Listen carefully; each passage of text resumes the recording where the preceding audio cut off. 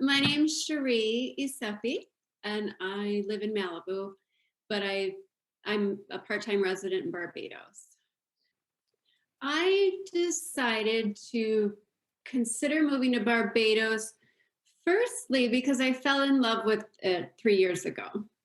I had gone there with my partner, and we had the best time of our lives. And I've got so many magical stories and memories that I had been fantasizing for 3 years about going back. And this last year with the pandemic, I realized that I needed a change. I wanted somewhere that was safe for my family.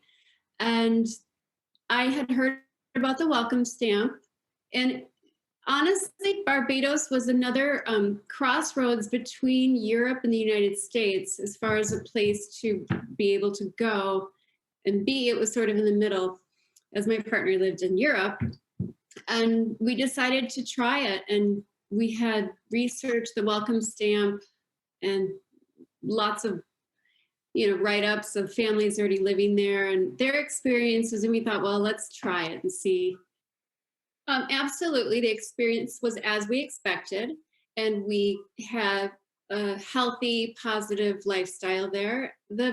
Some of the pros are, um, like I already said, that the ocean being so close, and you just get a real sense of health as far as um, the produce you can find there, your food, and all the fish markets. And it feels so healthy because everything is so easy. If you want a healthy, active, natural lifestyle, it's in Barbados because it's so easy to get to those things and utilize them compared to other places in the world where it feels more of like a rat race, or it's just so hard to break up your day to pop over to get something that you think you really need. Or some of the only real cons were the sense of island time when you are trying to, and you really want something done right now, because we're used to that fast pace and everywhere else in the world. So we lived in London and LA, so we move really quickly here. So that's one of the cons, but it's minimal and it didn't really affect our daily lives too much. It's joyful, memorable. We're considering, I'm having to find a balance between my career and wanting to just be there now because my family is really happy there.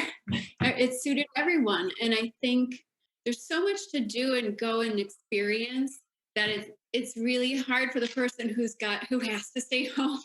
But if you get a really good work setup and a home office that you can really be productive in, then I think the family becomes really balanced and happy because there's something for everyone. What I found is the real mix of 5-star right next to a chattel house that's been there for hundreds of years and needs a bit of work. So when you first arrive in the island, it's mixed. And the first thing I thought was, oh my God, there's so much harmony here, because everywhere else I've lived, everybody's divided like that. So the first thing I noticed was how harmonious the people and the islanders and the locals themselves really are. And once you can look beyond that, because then you question what's really there. But once you look beyond it and you start to get to know some of the locals who can direct you, or there's lots of online expat communities that you can get information from, you realize there is actually everything you could ever possibly look for in America. It's on the island, or the UK, or Canada, wherever you're from. They have it. All the way up to 5-star everything, 5-star shopping. You can find the best grocery stores, any boutique kind of food you want, all the restaurant. There's hundreds of restaurants lining the beaches, endless seats in the sand. You can be in your 5-star lounge chair, or you can be at a little rum shack sitting in a lawn chair, whatever your need is, it's there. And the food is brilliant. They have every style of cuisine you could look for. Well, first of all, I think that it's really a place for people that are have a love of the ocean and tropical weather. So that needs to be the first one of your first real interests because that makes up so much of the lifestyle there. You end up with so much quality time in between work. You've got 5 minutes and you can be somewhere with your family spending quality time. And I just think that having the balanced life there and feeling healthy, you're more productive. But that's important. You need to figure that part out where you're going to be going on the island. So, for example, when I was there, my daughter, um, when we are there, she's doing horseback riding. And horseback riding, I found, is the best and mostly happens on the south end of the island. That we were doing virtual classroom out of a school based in LA, but we're considering going to a school there, which is in an unusual part of the island that is quite rugged. So we've had to consider our needs of, well, are we going to live in the luxurious part of the island and then drive X amount of hours a day, depending on traffic? Or, so in that sense, there's something for everyone on every corner of the island. But I think it's really important if you want a good work-life balance to figure those things out, where you're going to be going. And if your extracurricular activities are less important than the drive to school every day, or if your children are going to be taking you all over the island, where are you going to end up going? It took a little bit of time to get us all back to focus on school and work.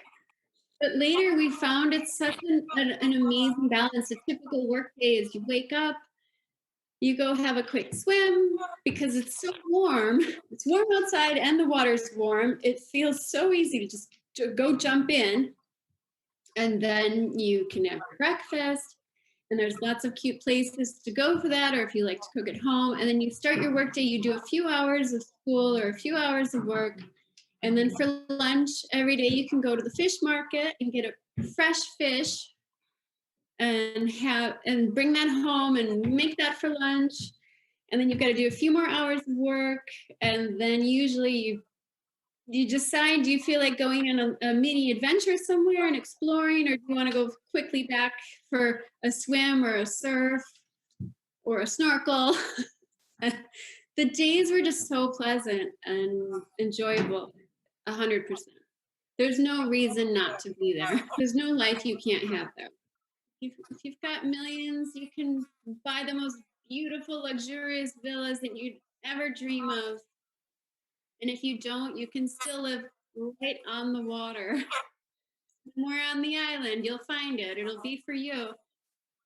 So every sort of different class of income, you can find the same equal balance level of paradise style living there on the island.